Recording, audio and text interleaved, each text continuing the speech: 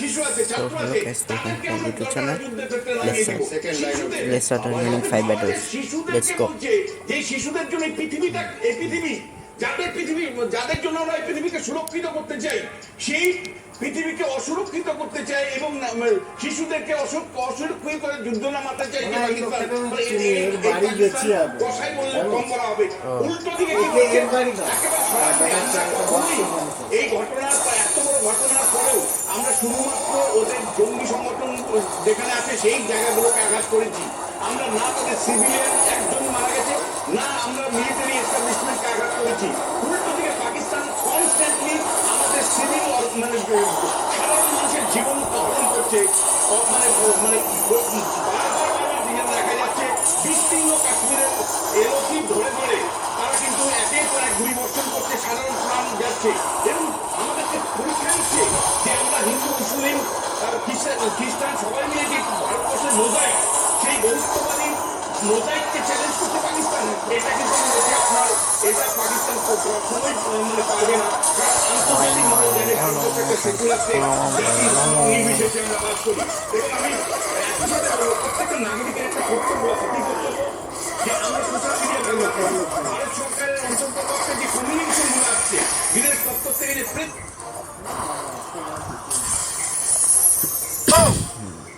लड़ाई चल रही है, वो टीवी में बैठे रहते हैं 8 घंटे।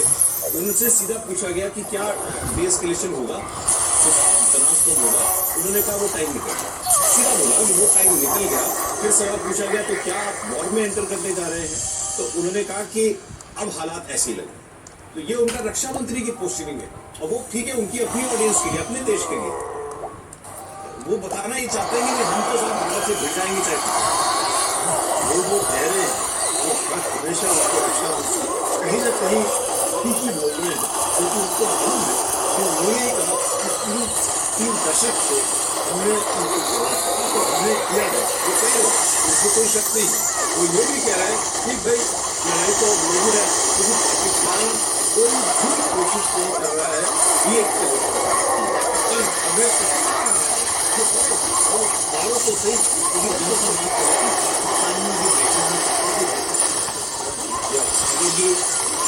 सिचुएशन में आती है मीडिया भी उनको पता होता है, बाकी जनता को कुछ नहीं प्रेशर होगा जनरल मोदी, क्योंकि सरकार भी वो चलाते हैं, देश भी वो चलाते हैं, छोटी भी उनकी जिम्मेदारी है। और मेरी जानकारी है कि पिछले दिनों में, पिछले 6 महीने में पाकिस्तान में फौज है उसके जनरल से उनके प्रति लोगों का गुस्सा बढ़ा है और वो लोगों ने पब्लिकली जाहिर किया है, तो इसलिए प्रेशर और ज्यादा है कुछ करके दिखाने का। तो ये ड्रामा अच्छा है। एक आयाम मैं जोड़ना चाहूँगा। देखिए कराची आपका एक पोर्ट, हमारी 26 शिपें, एक एयरक्राफ्ट कैरियर फोटेला के साथ, तकरीबन मुझे नहीं पता 18 हमारी सबमरीन है, उसमें न्यूक्लियर सबमरीन है जिसके अंदर न्यूक्लियर है, वो नीचे है, तो गिरने में दिखाई नहीं देती। ये आपके पोर्ट को चोक की हुई है। आप ये कार्रवाइयाँ भले क्योंकि आपके माध्यम से हम डिस्कस कर रहे हैं, तो मैं नहीं कर रहे हैं, तो ये जो चीज़ें जाएंगी तभी हमारी जनता, नहीं तो हमारे ड्राइवर पूछेंगे क्या कर रहे हैं आप। हाँ, मेरे को एक कैमरामैन आया मेरे पास, वो कहता है कि सर कुछ नहीं होगा, सबका अपना तो जब होगा तो ऐसा होगा कि पाकिस्तान जितने टिकेगा और पाकिस्तान जितने टिकने नहीं चाहता। Pakistan wants to get into a negotiation feeling। आपने अभी कहा कि वो ये कह रहा है हमसे कि आओ मुझे मारो तो सही। हाँ मारो। वो पिटना क्यों चाह रहा है?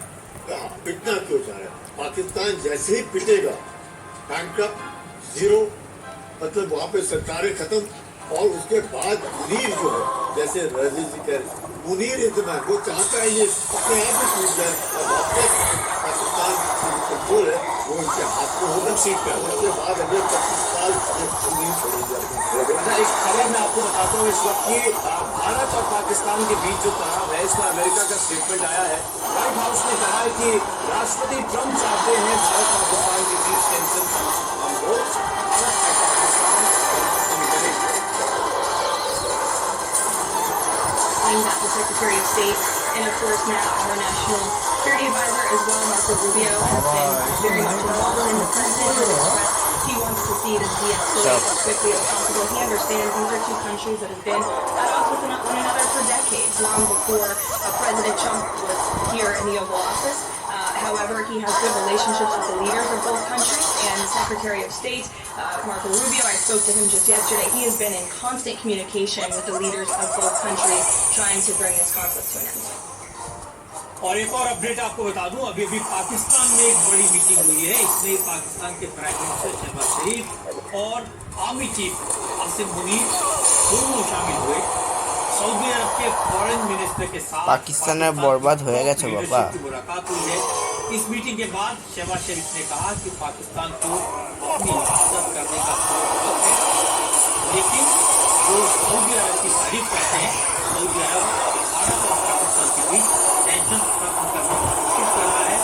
सऊदी अरब के फॉरेन मिनिस्टर ने कहा सऊदी अरब टेंशन खत्म करने के बाद मैं तो इसमें बड़ी बात ये देखता हूँ कि वो जनरल मुनीर को साथ में लेके गए, जो हम बात कर रहे थे कि सरकार शहबाज शरीफ चला ही नहीं रहे। किसी भी देश में ऐसा नहीं होता कि आप फॉरेन मिनिस्टर से गिरे और आर्मी चीफ आपके साथ में।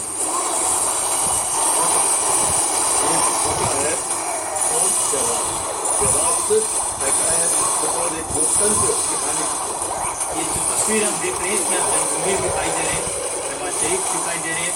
और दूसरी बात इनकी बातों से देखने की है, जैसे ये चाहते हैं कि कोई मीडिएट करे, कोई मदद करे। इसे कहने के लिए बड़ी बड़ी बातें हैं, लेकिन कोई मदद करे कि मीडिएट करे और उसको डीएस्केलेट करे। आप देखें अंतर, एक छोटा सा अंतर, जैसे इसमें उन्होंने कहा कि हम सऊदी अरब की बड़ी इज्जत करते हैं।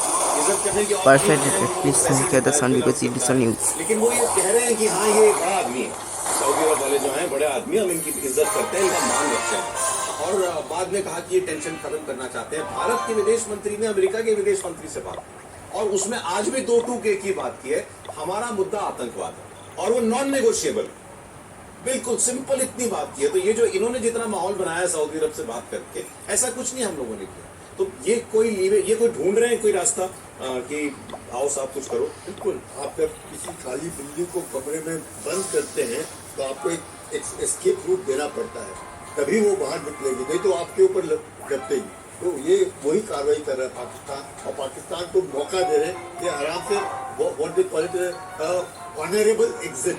अब पाकिस्तान इतना हार तो गया है, आज की तारीख में पाकिस्तान के 12-9 टारगेट दिए, पाकिस्तान हार गया। छोटा सा फुटनोट, ये याद करें हम, ये सब जब शुरू हुआ है तो प्रधानमंत्री सऊदी अरब, और यही सऊदी अरब के फॉरेन मिनिस्टर कल को बिल्कुल कहा किसी भी लेवल पर आतंकवाद से समझौता नहीं।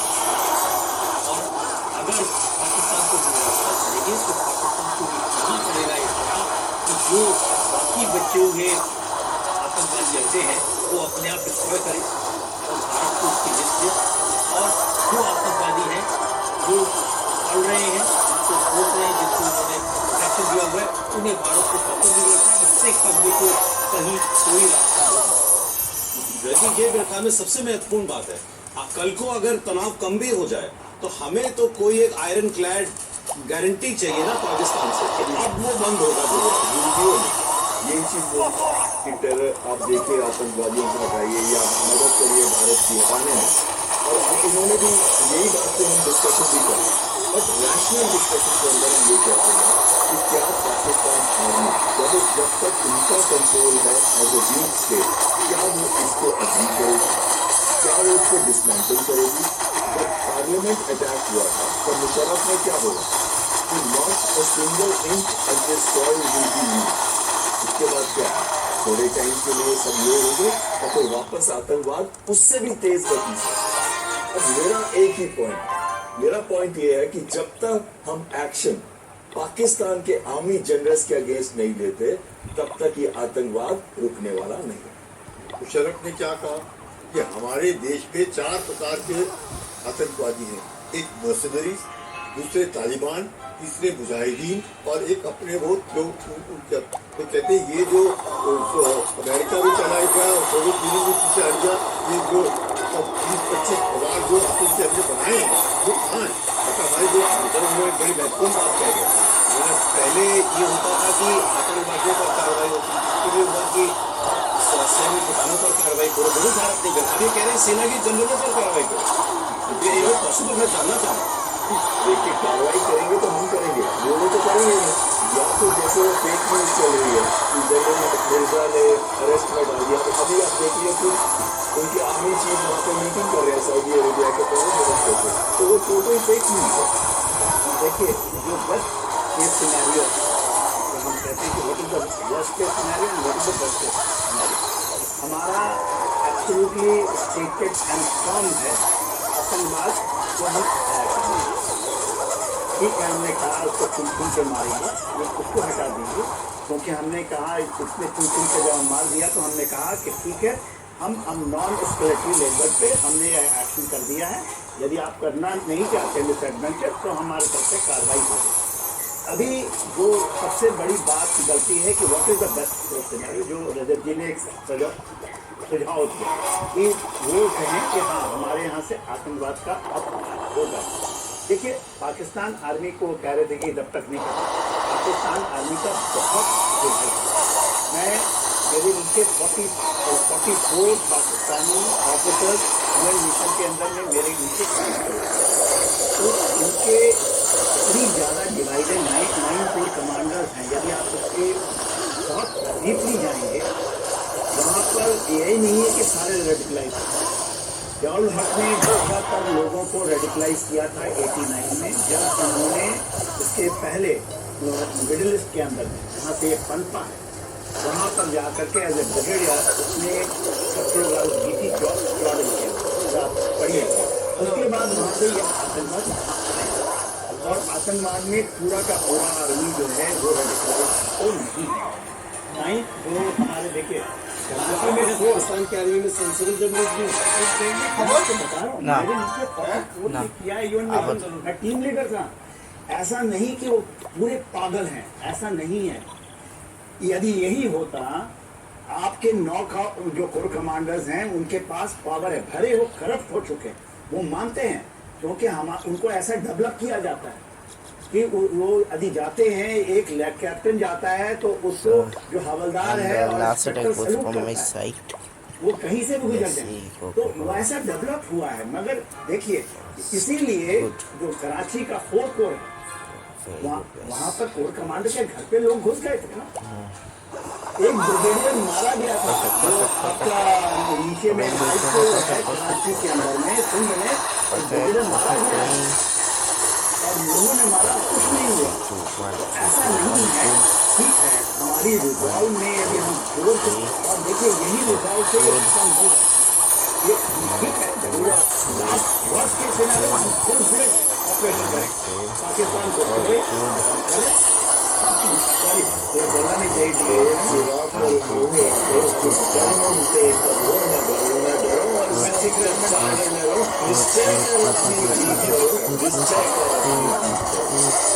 देखिए निश्चय कर अपनी जीतना सिकलने का मेरा ये है तो मेरा और ये जो आपने गुरबानी का निश्चय कर गीत जो राजा रंजीत सिंह ने किया था फर्क तो है हाथ में, मगर उसके बाद आपका उसमें साम दाम दंड भेद सब चीज है।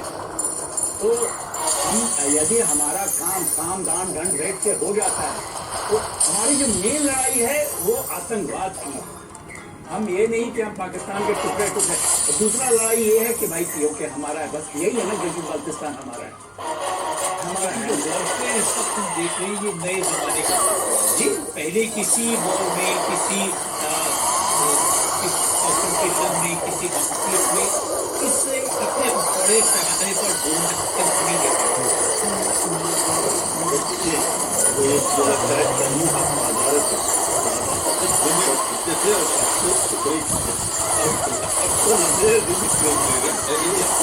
इनका तो मानना ये कि अभी तो शुरू भी हुआ, असली लड़ाई तो भी हुआ और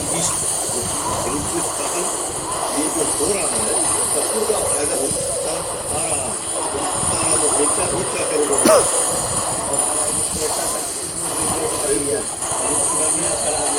यदि मैं चाहता हूँ ये जो अब छोटा इसकी जगत हुआ इस कॉन्फ्लिक्ट को लेकर के, स्पेशली अमेरिकन और सऊदीज, क्या भारत की जो इस वक्त लीडरशिप है वो किसी तरीके से ये नरेंद्र मोदी ये किसी से इन्फ्लुएंस नहीं बनती है, ये सिर्फ एक इंटरेस्ट होता है। भारत के इंटरेस्ट में जो होगा वो करिए, अपने इंटरेस्ट में होगा वो भी सेकेंडरी है उनके लिए, और जो देश के इंटरेस्ट में होगा मुझे लगता है इतिहास में वो जाने जाना चाहते हैं ऐसे नेता के तौर पर जिसने देश के इंटरेस्ट को सबसे ऊपर रखा और उसके लिए पल पल भरे पूरा जीवन दे दिया, आराम नहीं किया। ये पूरी चीजें उनके कैरेक्टर में नजर आती और इसीलिए आज हम पाकिस्तान से इस तरह से लड़ पाए, वरना इतने बरस हो गए। आप सोचिए कि जो 26/11 हुआ था कितने लोग मारे गए, कितनी बड़ी संख्या में लोग, और हमारे घर में आके मार के चले गए, और होटल्स के अंदर, रेलवे स्टेशन के ऊपर एक आदमी को पकड़ पाए, प्रूव भी कर दिया ने क्या किया। और मुझे याद है 2009 में उनके साथ मैंने एक शो किया था और काफी आजकल वो वायरल हो रहा है, तो वो मैंने उसमें उनसे कहा था कि अगर आप होते तो क्या करते। उन्होंने कहा कि घर में घुस के मारो, ये लव लेटर लिखना बंद होना चाहिए। और ये बात, अच्छा, जो शब्द उन्होंने कहे थे वो शब्द उन्होंने अपने पाकिस्तान के खिलाफ, टेररिज्म के खिलाफ लड़ाई में इम्प्लीमेंट करके दिखाया। फिर अभी जो उन्होंने पटना में बोला था वो आप शब्द अगर देखेंगे, शब्द वही चीज इम्प्लीमेंट हो रही है, मिट्टी में मिला देंगे। जो कुछ बचा खुचा है, ये उन्होंने कहा था कि मिट्टी में मिला चुके हैं, जो बचा खुचा है उसको भी मिट्टी में मिला देंगे और फिर ऐसी सजा देंगे कि जिसकी उन्होंने कल्पना भी नहीं की होगी। और ये पहले एक्शन में ये करके दिखाया, इसलिए मुझे इस बात में कोई शक नहीं है, इस बात की कोई चिंता नहीं कि वो जो एक्शन लेंगे वो डिसाइसिव एक्शन होगा, निर्णायक एक्शन होगा और अंत तक ले जाएंगे। इस बार वो छोड़ने वाले नहीं और छोड़ना चाहिए भी नहीं। पाकिस्तान को अगर अब सबक सिखाया नहीं तो बहुत लेट हो गया। पाकिस्तान को सबक सिखाने का वक्त आ गया है। सुदृढ़ नेतृत्व है, काबिल फौज है, देश एकजुट है, अब नहीं तो फिर कभी नहीं। और बड़ी बात है कि पूरा देश उनके साथ है। पहली बार हम देख रहे हैं कि हिंदू, मुस्लिम, सिख, ईसाई, हर तरह से लोग प्रधानमंत्री के पीछे खड़े हैं। विरोधी दलों के नेता प्रधानमंत्री के पीछे खड़े हैं। So guys, let's end our YouTube channel here. Good night, and I hope please subscribe this YouTube channel for more videos like this. See you soon in YouTube. Punch the subscribe button.